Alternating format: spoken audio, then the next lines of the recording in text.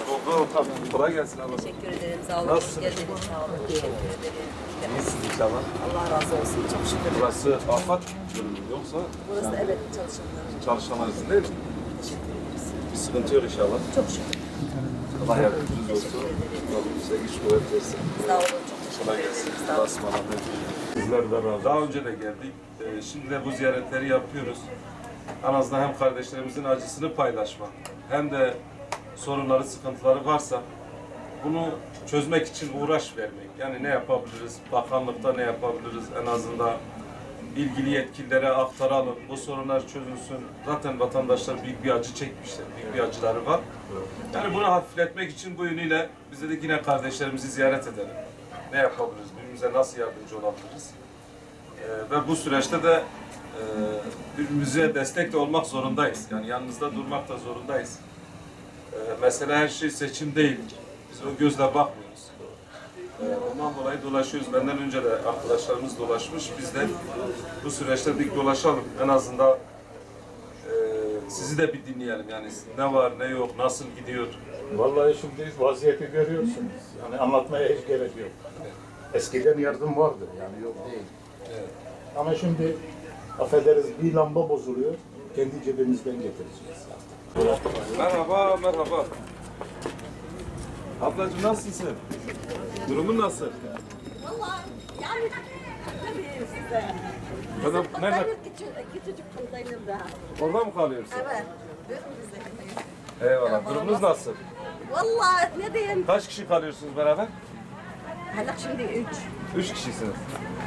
Sizin sorunlarınız, sıkıntılarınız var mı yani? Vallahi çok sorunumuz, sıkıntımız var. Ne var mesela? Yani konteyner bizim engelliye göre değil. İşte sıkıntı bu. Yani- Onlar gibi değil yani. Seninki Bizimki daha küçük ayrı. müdür?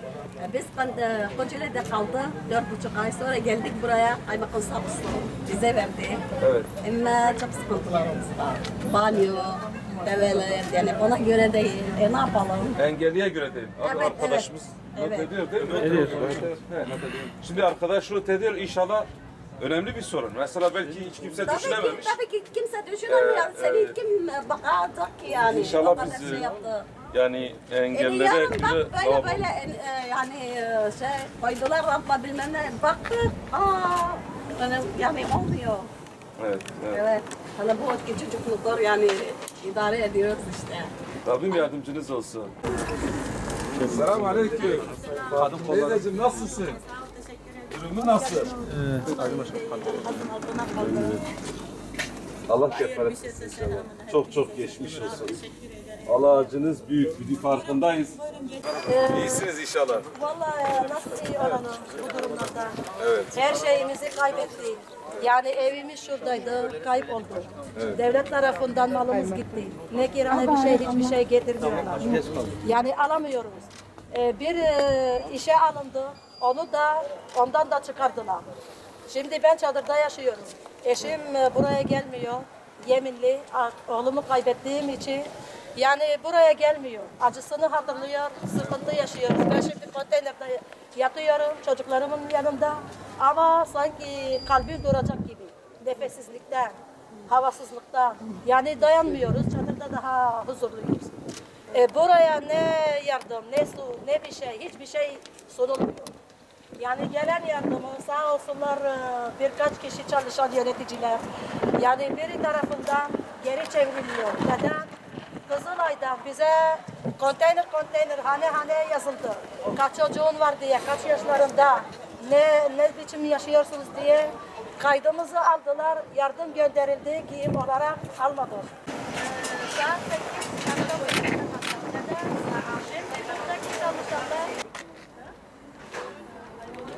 8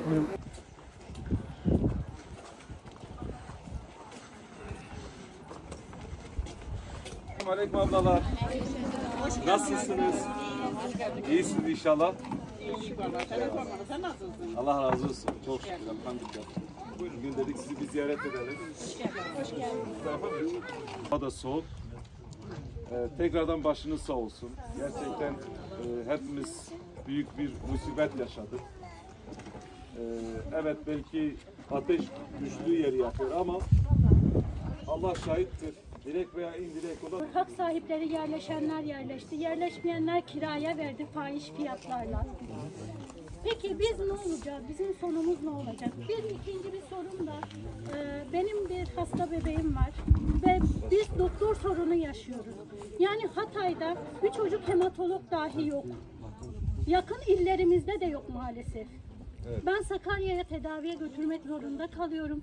Özellikle ricam hastanelerimize bir hematolog gelmesi. Çocuk hematolog özellikle ve ben bu durumda çok mağdurum. Gerçekten şurada hasta bir çocukla yaşamak benim için çok zor ve diğerleri için de keza çok zor. Ya en azından burada bu vatandaşlar kaldığı süre içerisinde zaten bir mağduriyet yaşamışlar.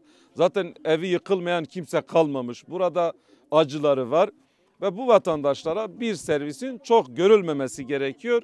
İnşallah bunu zaten burada dile getiriyoruz. İlgili kurumlara da aktarırız. Mecliste de bunu dile getiririz. Bizim amacımız üzüm yemektir. Bu sorunun çözümüdür. Ya bağcıyı dövmek değil yani. Bu problem çözülsün. En azından buradaki depremzede kardeşlerimizin acısını paylaşmaktır. Bunun acısını hafifletmektir. İnşallah bu konuda da dile getiririz. Evet, bu deprem 6 Şubat 2023 olduğundan beri biz Hüdapar olarak her zaman gündemimize aldık. Toplantılarımızın ana gündemi oldu. Ve heyetler halinde sürekli bu depremzedeleri ziyaret etmek, sorun sıkıntılarını tespit etmek ve bunların çözümü için arayış içerisinde olduk. Bugün de Hatay'dayız. Hem Adana İl Başkanımız, Osmaniye İl Başkanımız, Genel Başkan Yardımcılarımız ve teşkilatlarımızla birlikte şu an saha çalışması yapıyoruz. Bu konteyner kentleri ziyaret ediyoruz. Buradaki sorunları tespit etmeye çalışıyoruz. Vatandaşın evet bu deprem üzerinden 2 yıl geçti ama sıkıntıları halen var. Gerçekten ciddi problemler de var. Özellikle bu konteynerda kalan vatandaşların en birinci problemlerinden biri hijyen problemi var. Temiz su problemi var. Belki bu konuda hijyen sağlanamadığı için uyuz hastalıkları, salgın hastalıkları da artmış durumda. Mesela şu an bulunduğumuz kente işte çocukların yaşadığı, çocukların işte parkla ilgili problemleri var. Şu an 2 park var ama ikisi de pasif durumda, aktif değil, kırılmışlar veya kullanılmaz durumdadırlar. Bununla birlikte elektrik problemi olduğuna dair bize aktardılar. Tabii bu depremzedelerin belki en büyük problemi aslında bir konuta, bir eve ulaşmasıdır. Bu bir evle buluşmasıdır. Çünkü bu ortam evin ortamını sağlayamıyor. Bundan dolayı problemler var. Biz bunlar üzerine inşallah çalışmalarımızı sürdüreceğiz. Bu depremzede kardeşlerimizin bize aktardığı sorun sıkıntıları tek tek tespit edip notlarımızı alıp İnşallah ilgili yetkililere aktaracağız ve bunların çözümü için uğraşacağız. Her zaman bu kardeşlerimizin yanındaydık ve yanında olmaya devam edeceğiz. İnşallah onların sesi olup sorunlarını çözmek için uğraşacağız. Teşekkür ediyorum.